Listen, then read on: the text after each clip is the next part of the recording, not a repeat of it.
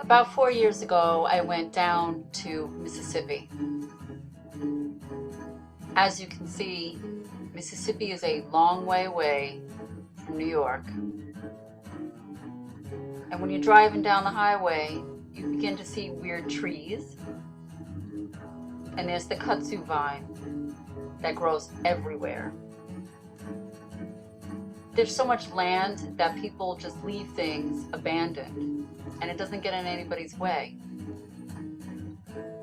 And as you're driving down the highway, all you see is crops for miles and miles. And you don't see another person, another car, just these crops. Of course, there's the Mississippi River.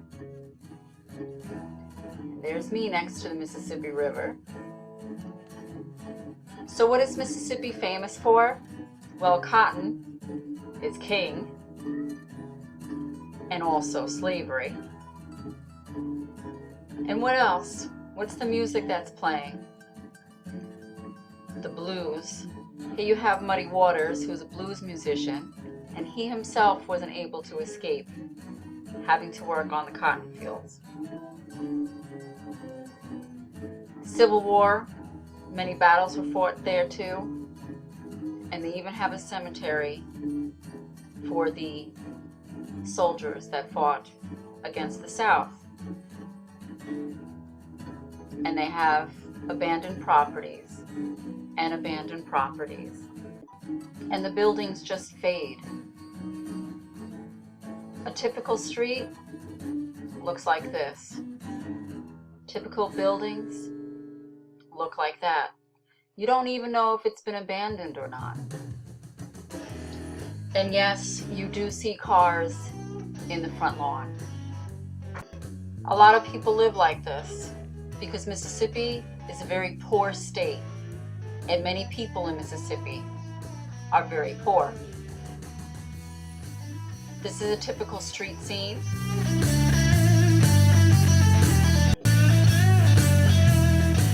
Here's a hospital from Mound Bayou, which was an all-black town in Mississippi.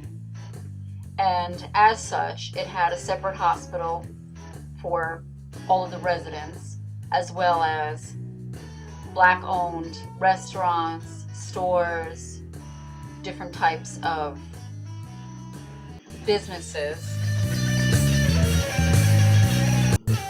The Tivorian Hospital was open all the way until 1983. Another thing that's odd about Mississippi is people have a lot of guns and they can carry them. So you'll see a lot of stores that have signs that ask people not to bring their guns inside the store. And if you ever get a little bit bored, maybe you want to go to a juke joint. This is Po Monkey's Lounge. And take a look at the different types of signs that he has. And don't bring outside beer. But there's a darkness on the horizon in Mississippi, and that centers around one of its most famous or infamous cases, which is what happened with Emmett Till.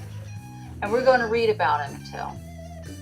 If you don't know about it, he was a 14-year-old boy from Chicago who was visiting his uncle in Mississippi for the summer, where allegedly he whistled at a white woman in 1954, and her husband caught wind of it, and they kidnapped him and they murdered him.